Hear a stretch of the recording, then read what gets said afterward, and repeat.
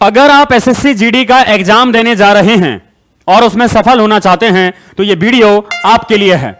इस वीडियो में मैं डिस्कस करने वाला हूं एग्जाम्स के पहले आप क्या गलतियां करते हैं और एग्जाम सेंटर में पहुंचकर आपको क्या गलतियां नहीं करनी हैं जिससे आप अपनी सफलता को सुनिश्चित करने वाले हैं। यह वीडियो बनाने का मेरा एक और मकसद है। लास्ट टाइम पर क्या होता है, बच्चे बहुत अच्छी तैयारी कर रहे होते हैं, आप लोग बहुत अच्छा तैयारी किया है, आपने अलग अलग सोर्सेज से पढ़ा हुआ होगा, मेरे से पढ़ा, मेरी क्लासेस से पढ़ा, मेरी टीम की क्लासेस से पढ़ा होगा, लेकिन लास्ट टाइम पे छोटी छोटी जो मिस्टेक्स हैं उनके कारण अगर मैं आपकी हेल्प कर पाता हूं और आप इन मिस्टेक्स को नहीं दोहराते हैं तो आप ज्यादा बच्चे क्या होंगे, अपने सपने को पूरा करेंगे, क्योंकि सपना तो पूरा आपको करना है। मैं बात करने जा रहा हूं आपसे एसएससी जीडी एग्जाम्स को लेकर, जो कि आपके 4 तारीख से स्टार्ट होना है और लगभग ये एक दिन पहले मैं समथिंग आपके लिए वीडियो रिकॉर्ड कर रहा हूं, वीडियो बना रहा हूं और ये 25 तक आपके बीच बीच में कहीं हॉलीडे है, तब तक एग्जाम आपका चलने वाला है। सबसे पहले आपको यह समझना है इस पूरे एग्जाम्स के लिए कि आपको अब पॉजिटिव हो जाना है और पढ़ना बंद कर देना है। पढ़ना बंद करने से मेरा मतलब यह है कि आपने फॉर्मूला बुकलेट बना ली होगी, आपने शॉर्ट नोट बना लिए होंगे, उन शॉर्ट नोट का आपने प्लान कर लिया होगा। बहुत से बहुत कोशिश अगर आपको करनी है तो एक दिन आप पहले अगर देख रहे हैं वीडियो तो फिर आपको क्या करना है, एक मॉक पर काम आपको कर लेना है। अब मैं आपसे अलग अलग चीजों पर बात करने वाला हूं। जैसे कि आप सभी जानते हैं एग्जाम पैटर्न क्या रहने वाला है, आपको एग्जाम पैटर्न के बारे में अच्छे से जानकारी है कि यहां पर जो अपने को पैटर्न देखने को मिलता है बच्चों, वो है कि कुल आपको कितने 80 क्वेश्चन मिलने वाले हैं, 160 आपके अंक होने वाले हैं। सबसे बड़ा जो मामला है यहां पर नेगेटिव मार्किंग का है।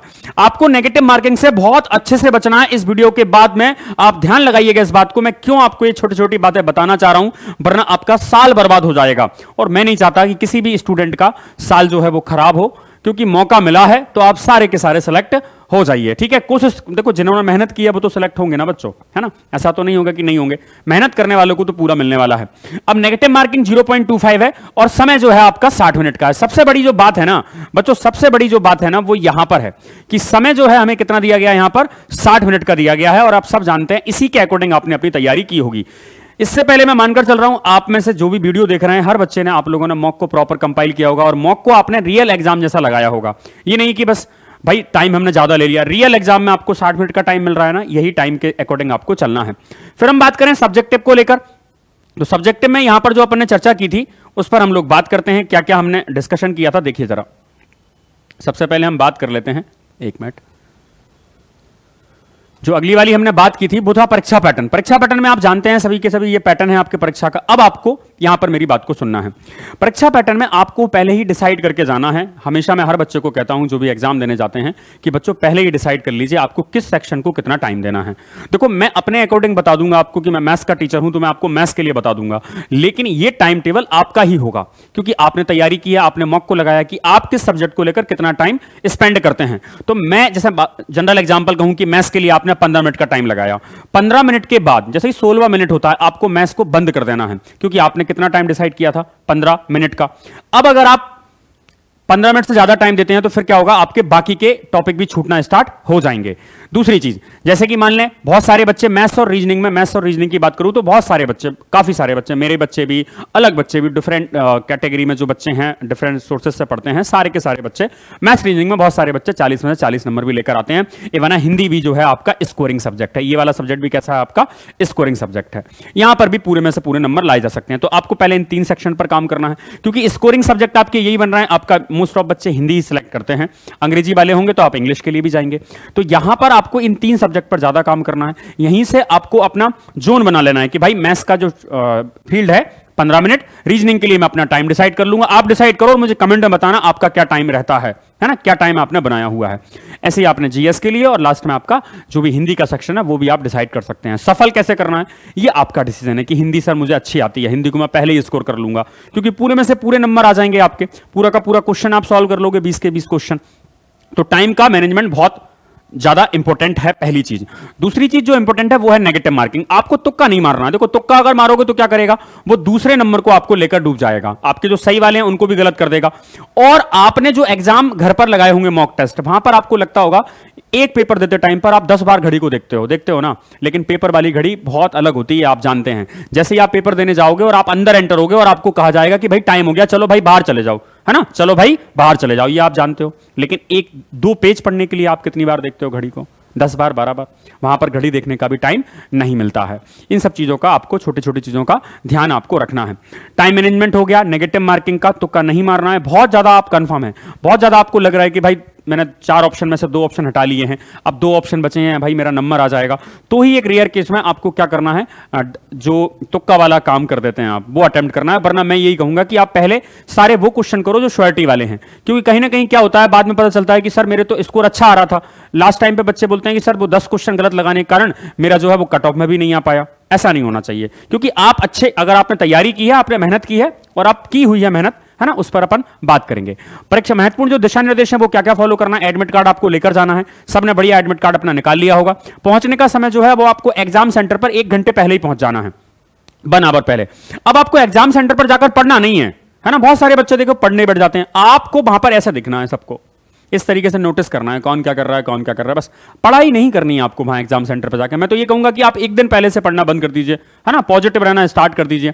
तीसरा है आईडी प्रूफ, आपका जो भी ओरिजिनल आपका आईडी प्रूफ आपने अप्लाई किया था वो लगाना है आपको। ब्लैक बॉल पेन लेके जाइएगा, ट्रांसपेरेंट पानी की बोतल भी आप रख लीजिएगा अपने साथ में, ठीक है बच्चों। और इलेक्ट्रॉनिक उपकरण आपको किसी भी टाइप का कोई भी वॉच घड़ी वगैरह ये सारी की सारी चीजें आपको लेकर नहीं जानी है, ध्यान रखिएगा इस बात को।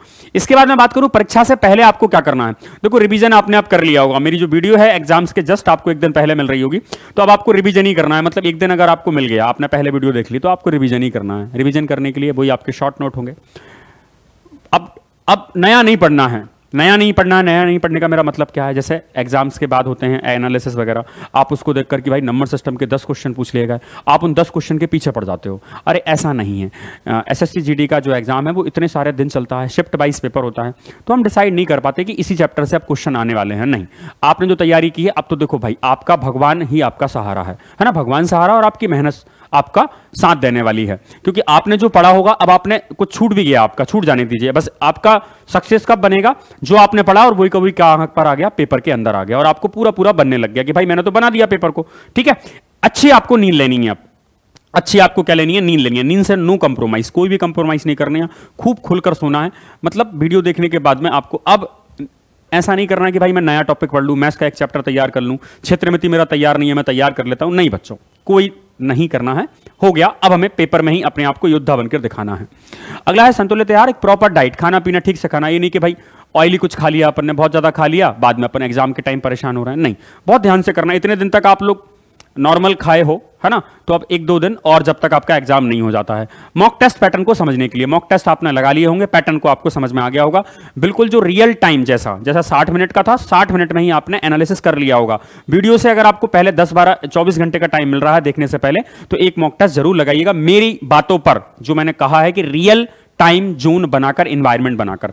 एक रफ शीट मिलेगी, उस पर आपको कोई भी क्वेश्चन आप सॉल्व कर रहे हैं, मान लीजिए एक चीज और बताता हूं, जैसे मान लो कोई क्वेश्चन आपका 4 स्टेप का था, है ना, सीआई का सवाल था कंपाउंड इंटरेस्ट का, और आपने 2 स्टेप तक कर लिया, लेकिन 2 स्टेप बाद क्या होने लगा, वो कंफ्यूज करने लगा आपको, और कंफ्यूजन ज्यादा देर तक उस पर स्टे करोगे तो वो आपको प्रेशर बलून क्रिएट करेगा एक आसपास का, और बलून क्रिएट करने से क्या होगा, बहुत सारे क्वेश्चन गलत होने लग जाएंगे। तो उस क्वेश्चन को वहीं छोड़ देना। तो रफ शीट में भी ऐसा लिखा करो कि वो 2 स्टेप आपको बाद में समझ में आ जाए कि यार ये 2 स्टेप तक तो कर लिया, वरना उसको आपने हौच पौच कर दिया, कहीं पर गूदागादी कर देते हैं बच्चे बहुत सारे बैठे बैठे, तो आपको ढूंढ नहीं पड़ रहा है वो क्वेश्चन। भाई 2 स्टेप भी तो बचाई ना आपने, कि 2 स्टेप तक तो मैं आ गया था ना क्वेश्चन को। तो ऐसे कॉर्नर शेप भी बना सकते हैं, ये मेरा पर्सनल सजेशन रहता है बच्चों को, बहुत सारे बच्चों को, कि भाई आप ऐसा कर सकते हैं, ठीक है।